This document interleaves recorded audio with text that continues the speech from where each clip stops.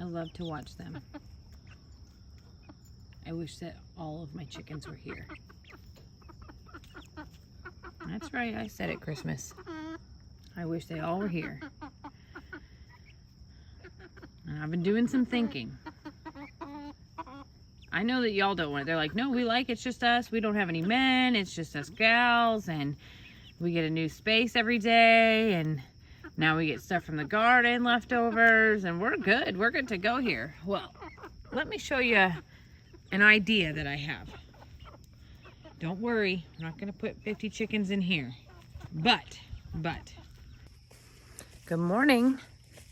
Have y'all seen Cog Hills? I'm going to call it their aviary. I don't know what they actually call it, but it's their coop area that they have built out, and they have this screened in cube around it with beautiful rocks in the bottom, and then they have like trees growing up through it. I know you have. I know you've seen it. I've seen it. I saw it in person and fell in love with it. I have an idea. Just hear me out, okay? Just hear me out.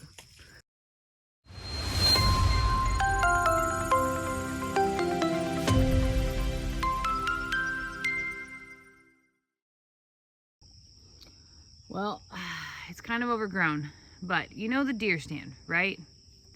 The original owner had a deer stand here, and he had a food plot in this green area where he would feed deer and welcome them anyway, we're not going to talk about that. But this is an unused space. This whole piece of land here is only somewhere where we bring the goats to keep trying to eat it down, and that's it. We don't have a use for it. Yet. So I was thinking, could I use this deer stand? Now, I would consider taking it down and moving it up here, but in reality, this is a very large area down here. This is acres of land that we originally cleared with hopes of being able to go down to the river all the time. And we just don't find ourselves doing that as often as we'd like. But what if I built one of those aviaries off of the deer stand and enclosed the deer stand all at the bottom? So you see that space, right? What if I enclosed all of the bottom, created a walk-through door at the bottom? The top can stay as is. I don't know what to do with the top part, or not, or use it as well.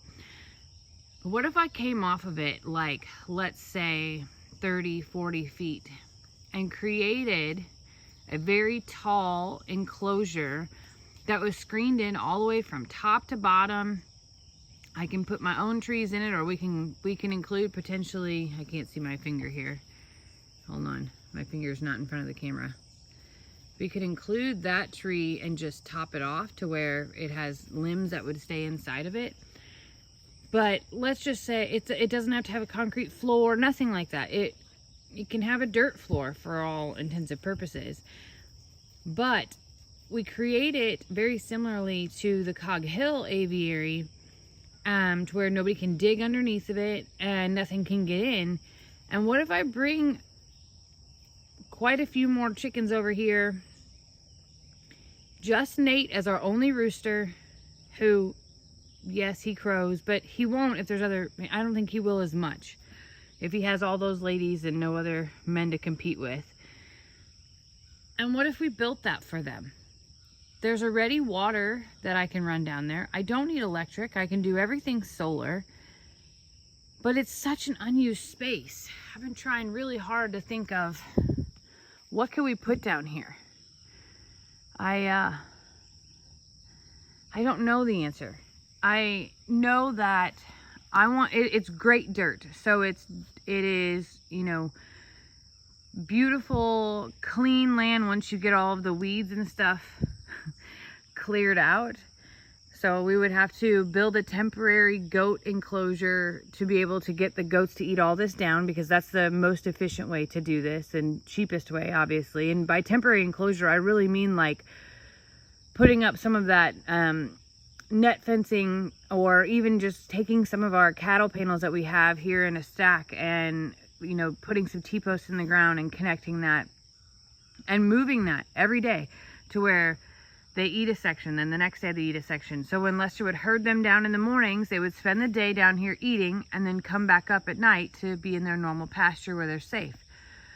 But I know people are like, oh my gosh, Amy, you have so many predators. There's no way the eagles would get your chickens. But if they're in an enclosure, they won't. And if I build it to where I dig into the ground and have a footing around the aviary, nothing can dig in. I don't know, just an idea. I originally was going to clear more of this and plant more fruit trees down here and make this my orchard. And that may still, especially this plot down here. This right here is a big open sunny space that is perfect for the orchard or more of the orchard. But over here, that's just so unused, and it's got good shade. Like I said, it's got water that it runs to it. I feel like it's this unused spot. There's a little cabin that's down there too. That's a whole other layer down further. I don't know, just thinking out loud and sitting here enjoying the chickens and how quiet they are. I know Lester would freak out, but if it's just Nate, he shouldn't be that loud. He shouldn't. But that would take off some of the burden in Plum Grove, and bring them back here, and it would be less cleaning because they're all enclosed. And I would just be able to bring leftover garden things just like I did here.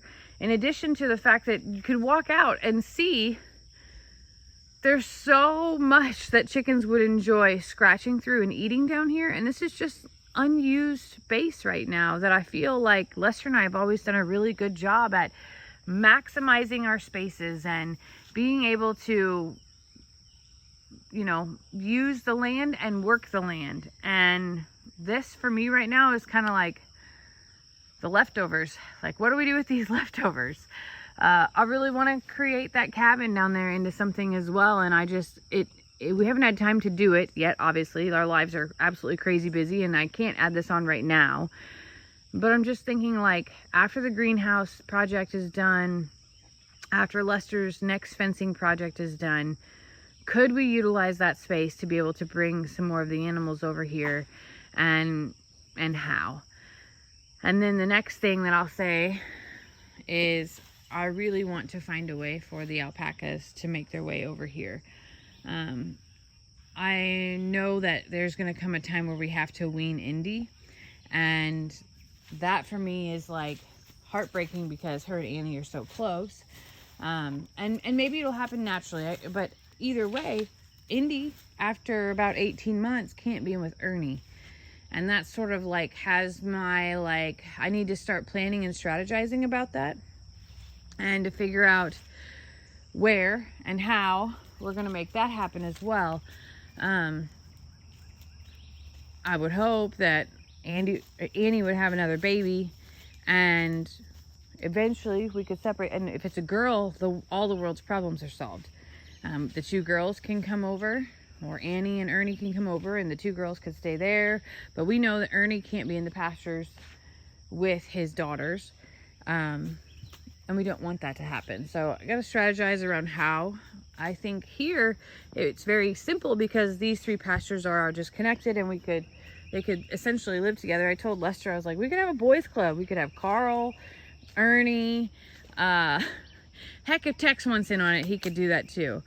But I don't know, when you have animals like we do, and you want to do what's right, and you want to be able to, you know, not have any incorrect breeding or, you know, that type of thing, you have to strategize about it long before it's time. So I'm just thinking out loud, and they may end up, you know, Annie and Ernie may end up staying over there. Indy and future partner, sister, sibling, I don't know, may come over here. If it is a male, we'll have it fixed. And if it, you know, and Ernie, we may get Ernie fixed. That's another option too. I have to talk to Lester about that and talk to our vets and see what they say. What we've heard is that alpacas don't do well underneath anesthesia. So That might be like an A&M thing instead of local vet thing. So I still, like I said, I have a lot of research to do. Oh, I could have came here and showed you the cabin. Way better view. There's the stand I was talking about. Yeah, should have walked a little bit further to show you that. Sorry. Stella, we're a wreck today. It got windy last night. We have a lot of sticks to pick up, Miss Stella, as I'm out here looking at my fruit trees and dreaming of more orchards to come. All right, well, I guess I'll get this done and keep dreaming, just not on camera. Thanks for listening to me ramble this morning. Tell them bye, Stella. Tell them bye, baby. Tell them bye.